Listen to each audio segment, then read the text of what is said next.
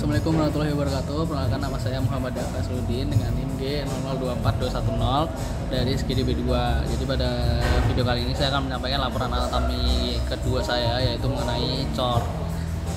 Jadi yang pertama, cor itu memiliki yang namanya itu perikardium. Ini perikardium. Apa itu perikardium? Jadi perikardium itu adalah sebuah kantong fibroserosa yang membungkus jantung, seperti layaknya pleura pada pulmonalis, pada pulmo. Nah, perikardium sendiri dia itu terbagi menjadi dua, ada yang fibrosum dan serosum. Nah, yang pertama ada fibrosum, perikardium fibrosum. Jadi dia itu seperti namanya, dia terdiri dari jaringan fibrosa. Fungsinya itu untuk melindungi cor, membatasi gerak cor, dan menjaga cor agar pada tempatnya. Yang kedua ada perikardium serosum. Dia itu melindungi struktur ada di letaknya di struktur internalnya. Nah, dia itu terbagi lagi menjadi dua, yang lamina parietalis sama lamina visceralis. Nah, kalau visceralis dia itu yang nempel langsung, kalau parietalis itu nggak nempel langsung. Lalu ada yang namanya juga cavitas perikardium. Jadi dia itu terbentuk dari dua lapis perikardium serosum. Nah, ini kan ada yang visceralis sama parietalis. Nah, dia itu akan membentuk yang namanya cavitas. Cavitasnya ini akan berisi liquor perikardii untuk mengurangi gesekan jantung dengan organ lain. Selanjutnya bahas langsung kita ke cor aja. Jadi cor sendiri itu letak anatomisnya dia itu berada di cavitas thoracis, lebih tepatnya di mediastinum medius. Dieratkan pada cavitas thoracis oleh 4 ligamentum. Ada ligamentum yang nempel sama sternum, yaitu namanya ligamentum sternopericardiaca. Lalu ada yang sama prosesus sifoideus, namanya ligamentum sifopericardiaca. Ada juga yang menempel pada diafragma, yaitu namanya ligamentum pericardiophrenica. Kalau yang pada vertebrae itu ligamentum vertebropericardiaca. Lalu ada batas jantung. Batas jantung itu ada 4, ada kanan atas, kiri atas, kanan bawah, sama kiri bawah. Yang kanan atas yaitu letaknya ada di SIC2 parasternalis dextra, yang kiri atas di SIC2 linea parasternalis sinistra. Kalau yang pada kanan bawah yaitu ada di SIC4 linea parasternalis dextra, yang di bawah di SIC5 linea mid clavicularis dextra.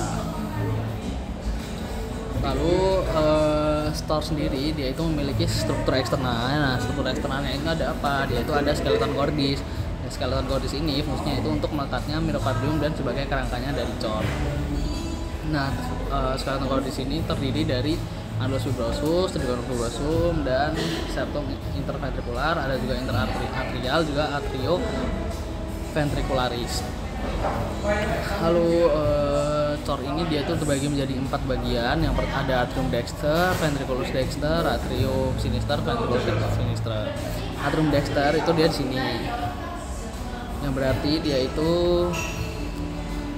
merupakan bagian jantung yang bertugas untuk menerima darah dari seluruh tubuh. Atrium dexter itu memiliki 2 bagian, ada bagian halus dan bagian kasar. Yang bagian halusnya itu namanya sinus venarum cavarum, yang kasar yang namanya M. pectinati. Selanjutnya ada ventriculus dexter. Ventriculus dexter itu dia terdiri atas ventriculus dexter, yaitu terdiri dari satu ruangan kasar, yaitu yang bernama trabeculae carnii. Dia itu terdiri dari papillaris dan trabecula septomarginalis, yang dimana dia itu ada bundle of His. Lalu dia juga ada rigi biasa. Dia merupakan muara dari truncus pulmonalis. Jadi tugasnya ventriculus dexter ini untuk memompa darah ke arah jantung, yang dimana dia itu membawa darah yang miskin akan oksigen. Selanjutnya itu ada atrium sinister. Nah, atrium sinister ini dia tugasnya untuk menerima darah dari paru-paru atau dari pulmo. Dia itu terdiri di atas sinus venarum cavarum dan auricula sinistra. Lalu dia itu juga ada vasovalis dan valvular foraminis ovale, dimurai oleh dua vena pulmonalis dexter, satu vena pulmonalis sinister superior, dan satu vena pulmonalis sinister inferior. Selanjutnya yang terakhir itu di bagian sini ada yang namanya ventriculus sinister. Jadi ventriculus sinister itu dia membentuk apicordis. Apicordis itu di mana ini? Apicordis ini apicordis. Dia itu memiliki miokard yang lebih tebal dikarenakan dia harus memompa darah ke seluruh tubuh. Dia yang menghubungkan kepada aorta. Jadi kan darah itu kan dipompa dari ventriculus sinister ke aorta, terus ini ke brachiocephalicus, terus ke subclavia sinistra, sama ke carotis sinistra, ke seluruh tubuh, terus kembali lagi nanti ke atrium dexter. Dari atrium dexter masuk ke ventriculus dexter, dipompa ke paru-paru, masuk lagi ke sini ke atrium sinister. Begitu. Lalu cor ini juga memiliki katup-katup. Ada dua katup atrioventricularis, yang dimana itu adalah katup di antara atrium dan ventricle. Lalu ada dua katup semilunaris. Yang atrioventricularis dia ada valva tricuspid sama bicus mitralis atau bicuspid. Lalu ada yang semilunaris, yaitu katup antara ventricle dan arteri besar. Ada valva pulmonalis, ada valva aorticus. Untuk neurovascularisasi sendiri, jantung itu divaskularisasi oleh percabangan dari aorta ascendens. Jadi di sini ini ada kan aorta ascendens nih. Aorta ascendens itu dia nanti akan bercabang menjadi coronaria dextra dan coronaria sinistra.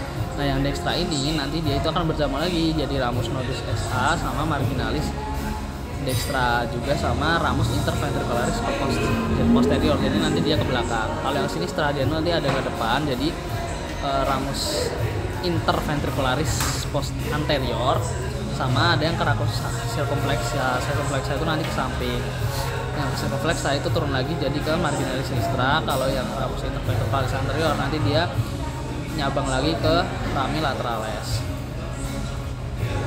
Cukup sekian dari video short saya. Kurang lebih mohon maaf. Terima kasih.